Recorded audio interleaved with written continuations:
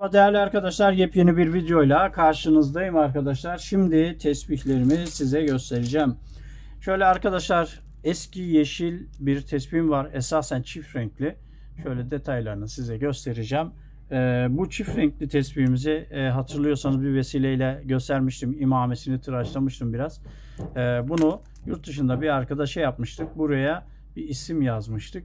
Arkadaş bir yılı geçeli aramayınca bu eski malzemeyi çift renk, esasen bakın şöyle de göstermeye çalışayım size. Çift renk tesbihimizi sizlere sunma ihtiyacı duyduk. Çünkü artık bu alınmayacak belli. Zaten parasını da almamıştık. Yani hani kapora falan da almamıştık. Devamlı müşterimiz olduğu için. Ama herhalde bir aksilik yaşadı abi. Olur böyle şeyler. Sorun değil. Şimdi bunu eskimiş bir malzeme olarak karşınıza çıkartıyoruz. Şöyle iç rengine bir bakalım. Şu tonda şu anda. Niye netlemedi? Işığı kapatalım.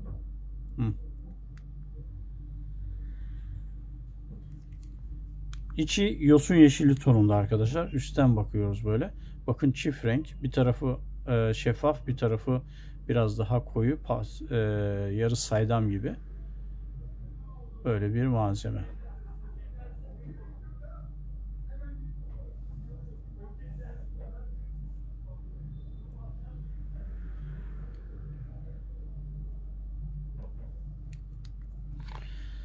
Şimdi malzememizin ölçüsüne bir bakalım. Kaça kaç yapmışız? Kesimi düz ağızlı yumurta arkadaşlar. 9'a 13. 9'a 13 ölçülerinde düz ağızlı yumurta, kısa tok imame, eski yeşil pala malzeme arkadaşlar. Düz ağızlı yumurta, çift renk. Bayağı renk almış bir tesbih.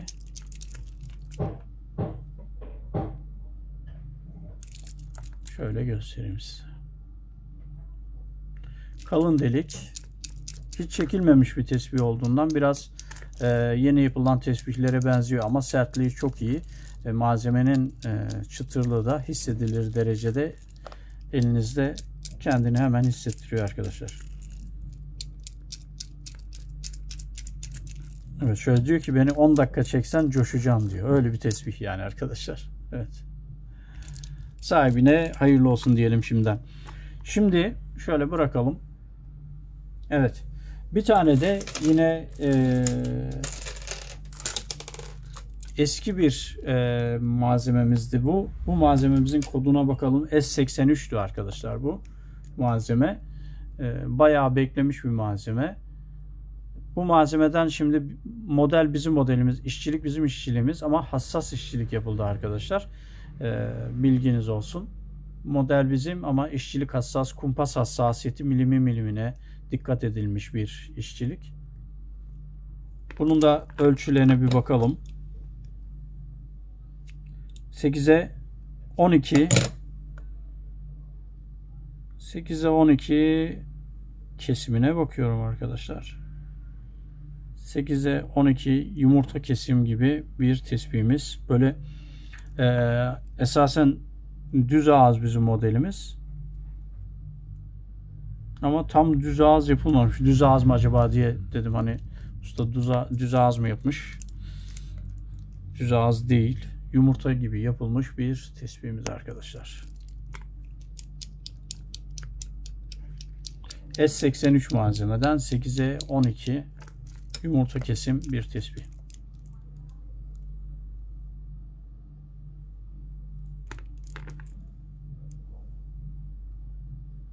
Kısa tok imamı tabii ki. Bu malzemelerin renk alışları akik tonunda oluyor. Akik tonundan kırmızıya doğru yolculuk yapan bir grup. Bu tonlar öyle arkadaşlar. Bu tonlar o grupta gidiyor. Evet. Bunun da sahibi yok. Şimdiden sahibine hayırlı olsun diyelim. Şimdi bir tane B14 malzemeden 7'ye 11 fıçı kesim, kalın delik, kısa tok imame, cilasız bir tesbihimiz arkadaşlar. Ayrıca pala frenli Şöyle göstereyim. Pala frenli bir tespihimiz, frenimiz burada. Ondan sonra imamemiz kısa tok. Frenle birleşince güzel bir şey oldu. Evet. Şöyle kalın delik. Cilasız bir tespih. Böyle pastel gözükmesi normal. Biraz mat gözükmesi normal. Alt rengi bu. Çok ışık vurmayalım. Evet. Bal sarısı arkadaşlar.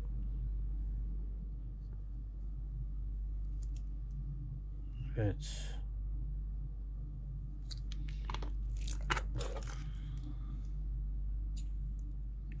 Evet, 7'ye 11 fıçı kesim. Malzeme sertliğini soracak olursanız, malzeme sertliğini ben çok beğendim. Malzeme sertliği çıtır çıtır. Çok güzel. Zaten cilasız olmasının ayrıca hissiyatı da güzel. Bu 3 gün 5 gün sonra 3 gün 5 gün sonra bülbül olacak arkadaşlar. Bülbül. Evet, videoyu çok uzatmayalım. Son tespihimi de size tanıtayım. Bitirelim.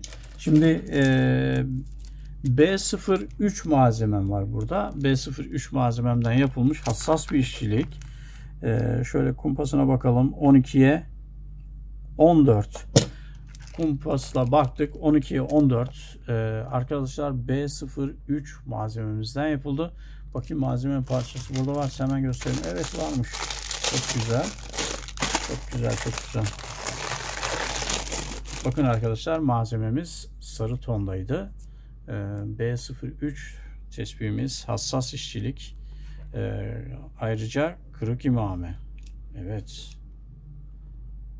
Hassas işçilik, kırık imame. İç rengi bakın malzemenin bembeyaz.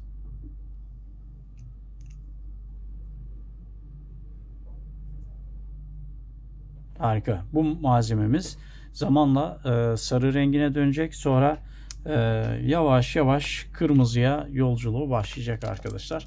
Ama bakın böyle narçıl gibi, sedef gibi bembeyaz malzeme, çok iyi. Şu malzemelerden patinler de çıkmış, çünkü malzeme boyu kurtarmadığı için patin kısımları da kullanılmış. Malzemeye ayrı bir hava katmış gerçekten. Çok harika bir duruşu var. 12'ye 14 böyle kesimine bakıyorum. Harika bir duruşu var arkadaşlar. Harika. Şimdi bakın düz ağzı da düz birbirine denk geliyor.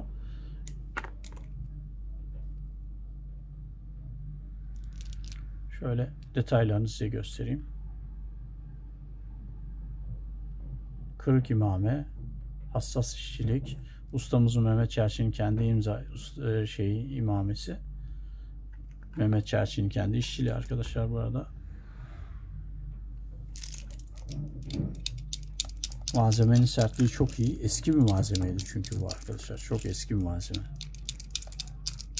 Abartısız malzemenin sadece beklemesinin en az 6-7 yılı var. Harika.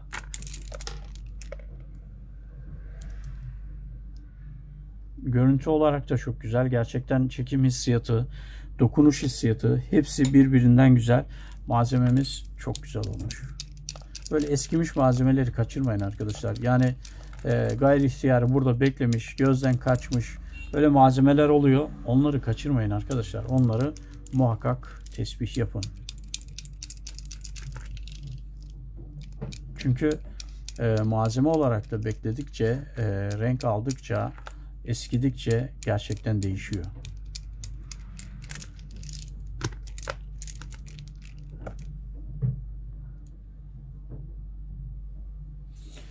Harika. Bir dakika, bir şeye bakacağım arkadaşlar. Ben şimdi 2023 sipariş listesine bakacağım. Evet. Evet arkadaşlar. Listemize baktım. Modeli düz ağızlı yumurta. Ne yazmışız diye baktım. Çünkü böyle biraz kapsülü andıran, düz ağzı kapsülü andıran bir yapısı da var ama ölçüsünden dolayı öyle kaynaklanıyor. Siparişimiz sipariş olarak düz ağızlı yumurta olarak yapıldı. Böyle düz ağzı kapsüle de benziyor. Ölçüler birbirine yaklaştığı için ikisini de andırıyor. Gerçekten çekimi de güzel. Dokunuş ve hissiyatı da güzel. Sahibine hayırlı olsun diyelim arkadaşlar. Şöyle bırakayım. Gerçekten çok güzel bir malzemenin beyazlığı insanı gerçekten cezbediyor.